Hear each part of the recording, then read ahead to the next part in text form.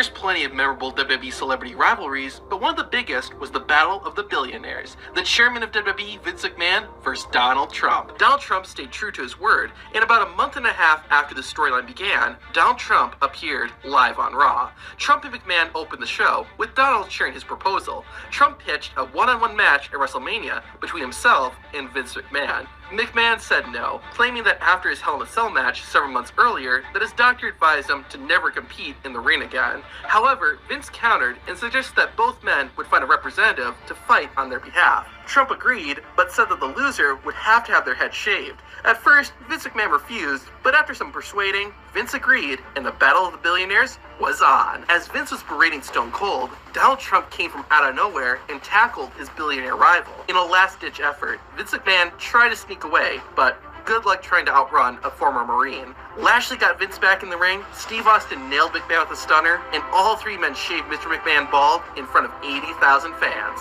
Lashley, Austin, and Trump all celebrated in the ring, until... Hey! Austin! Austin's done the Donald! What? After WrestleMania, Donald Trump would not be seen in WWE for a while.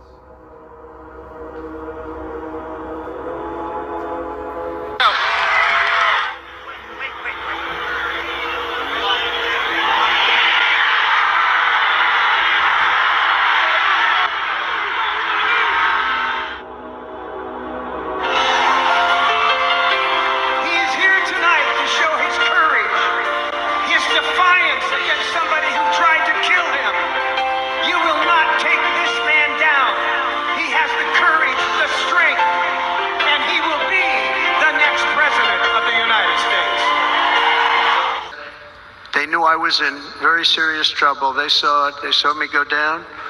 They saw the blood and thought, actually most did, that I was dead. They knew it was a shot to the head. They saw the blood. And there's an interesting statistic. The ears are the bloodiest part. If something happens with the ears, they bleed more than any other part of the body. For whatever reason, the doctors told me that.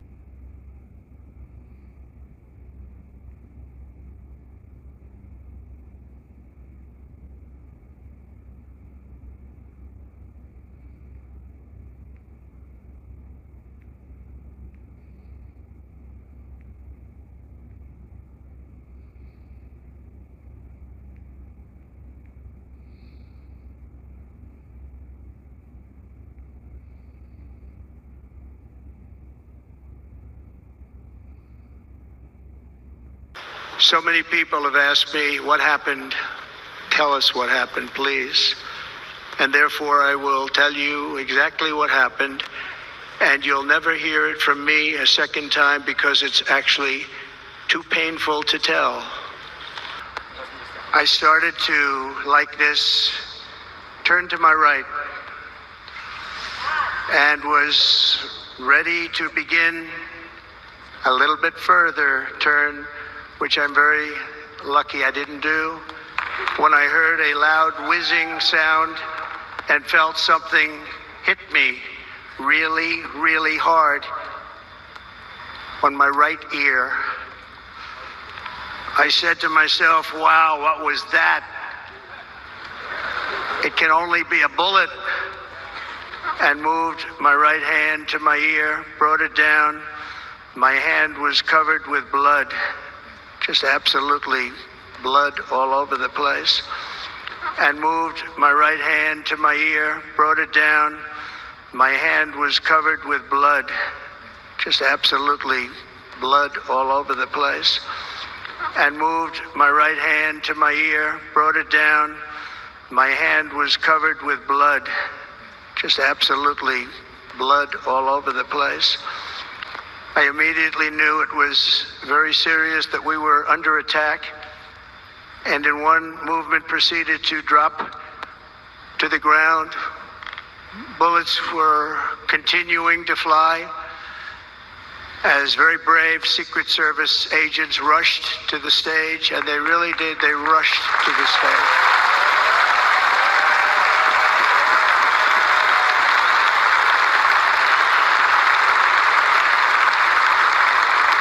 These are great people.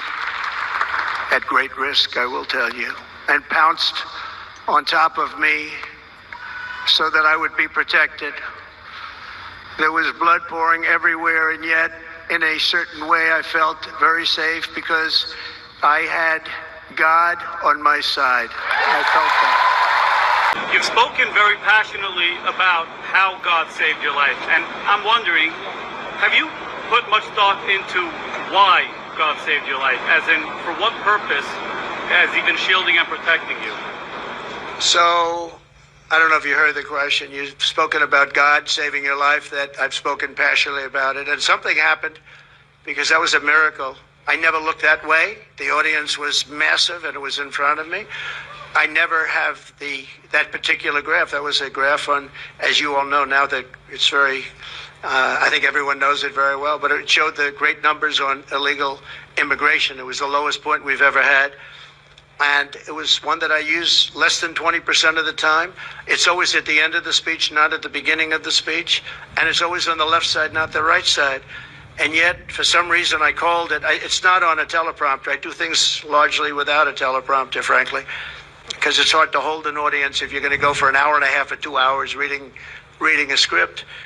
And I just talked about it, and I moved to my right, turned sharply to my right, ping. And if I didn't do that, I'm not here with you. So, yeah, God has something to do with it. It's a miracle, and God had something to do with it. And maybe it's we want to save the world. This world is going down. This world is going down. So it could be, but I believe that. I believe that my sons are very good shooters. They're like scratch golfers, better, relatively speaking, with shooters, great shooters. And Eric and Don both told me from 130 yards. I said, well, that's pretty far away, isn't it? They said, no, that's like a 1-foot putt with, weapons like the one being used. Plus, he was a good shooter. This guy was a good shooter. He went to the range and shot a lot, and he was supposed to be a pretty good shooter. They said a bad shooter would hit the target almost 100% of the time. So something happened. And I have to say the Secret Service sniper did an amazing job. He had 5 seconds to find the target and hit the target, and he hit the target within, think of this, 5 seconds. And he was much further away because he was over here, and this other person was over there. So you have to give credit. And I have to also say about the Secret Service, when I was hit, I knew it because when I touched, there was blood pouring all over my hand. I said, I guess I know what that is. And I went, because when I touched, there was blood pouring all over my hand. I said, I guess I know what that is. And I was going down for protection. And they were screaming, get down, get down. There was bullets. And those Secret Service guys were, and person, Kate, they were on top of me in a matter of, I think, 3 seconds. It was time dead. And bullets were coming out. I would hear the bullet. I didn't realize you could hear it, but now I know very well. Those bullets were going right over my head. They were there and very brave. There was nobody that said, I'm not going to be going there. They just, they were there very quickly, and they were very brave. There were mistakes made, obviously. He shouldn't have been up there. The roof should have been taken care of. And there were mistakes made. There's no question about it. But there was a lot of bravery also. We have to remember that. Okay, thank you very much.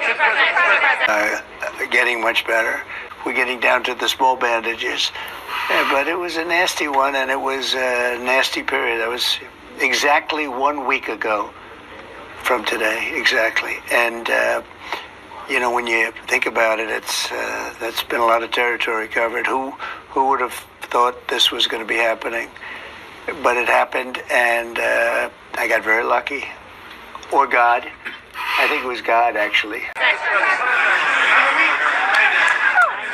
I brought you this from Israel. It's a bracelet. It's to protect you from Israel. I love you. I brought you this from Israel. It's a bracelet. It's to protect you from Israel. I love you. What does the red string of Kabbalah or Kabbalah bracelet mean? The red string worn around the wrist is the most recognizable sign of the Kabbalah movement. It's often worn on the left wrist and is said to ward off any evil and misfortune that could be caused by the evil eye. So in other words, Jewish mysticism, or simply witchcraft. Very, very interesting.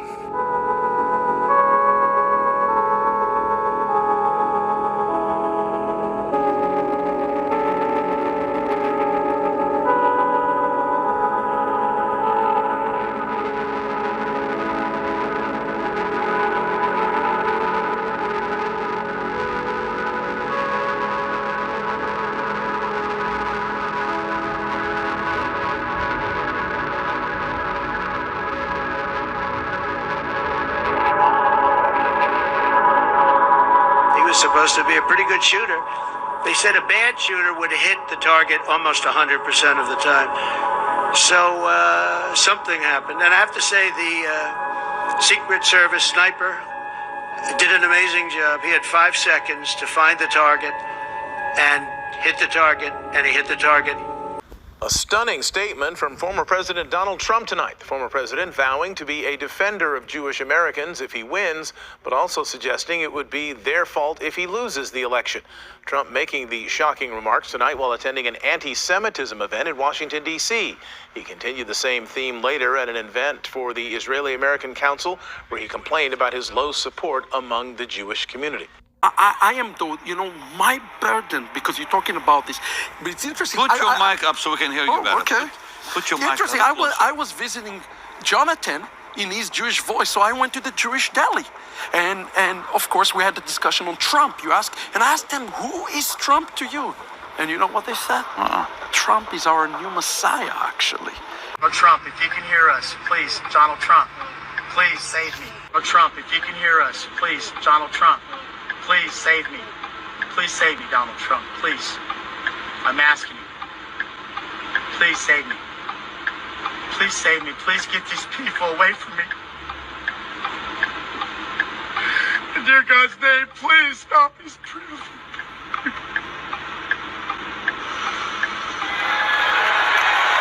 It's interesting. Put your mic up so we can hear you better. Okay.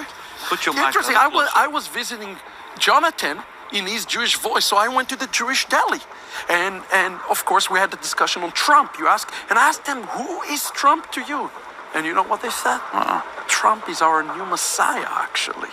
They want to believe that Trump is the Messiah. What I think is happening here is God using Donald Trump to hasten the coming of the Lord. This is really what is happening here. And we need to stay tuned, because he's lining up with Israel right now in a major way. If a candidate for congressional office or the presidency turns against Israel in any way, or votes against Israeli legislation in any way, they'll find in the next election that Zionist money is used against them, and they're out of office. So it's basically the understanding among politicians in America that if they want to stay in office, they go along with the Zionist line and what the lobby calls for. So you see these American politicians like Hillary Clinton and Mr. Trump speaking at AIPAC, which is the Israeli lobby, and they're egregious in their obsequiousness to this lobby, which is a foreign lobby after all. It's a foreign lobby. So we're giving money to a state, a little tiny state in the Middle East, which is a discriminatory state based on race or religion, which is completely contrary to American values. And our support for that state has brought us into the position where we are fighting its wars for him, for it, for her, whatever they want. There were all the usual greetings and hellos before that jaw-dropping announcement on Gaza. Even the Israeli Prime Minister didn't seem to know the scale of what was awaiting him inside. The U.S. will take over the Gaza Strip, and we will do a job with it, too. We'll own it and be responsible for dismantling all of the dangerous unexploded bombs and other weapons on the site. So many immediate questions. Where would 2 million Palestinians go? Let's go. President Trump suggested Egypt, Jordan, and other neighboring countries who have already said no. Say it, go ahead. And would Palestinians have a right to return? Who does he see living in this rebuilt Gaza? I envision a world, people living there, the world's people. I think international, unbelievable place. We have an opportunity to do something that could be phenomenal. And I don't want to be cute. I don't want to be a wise guy, but the Riviera of the Middle East, this could be something that could be so this could be so magnificent. No wonder Mr. Netanyahu said Donald Trump is the greatest friend Israel has ever had in the White House.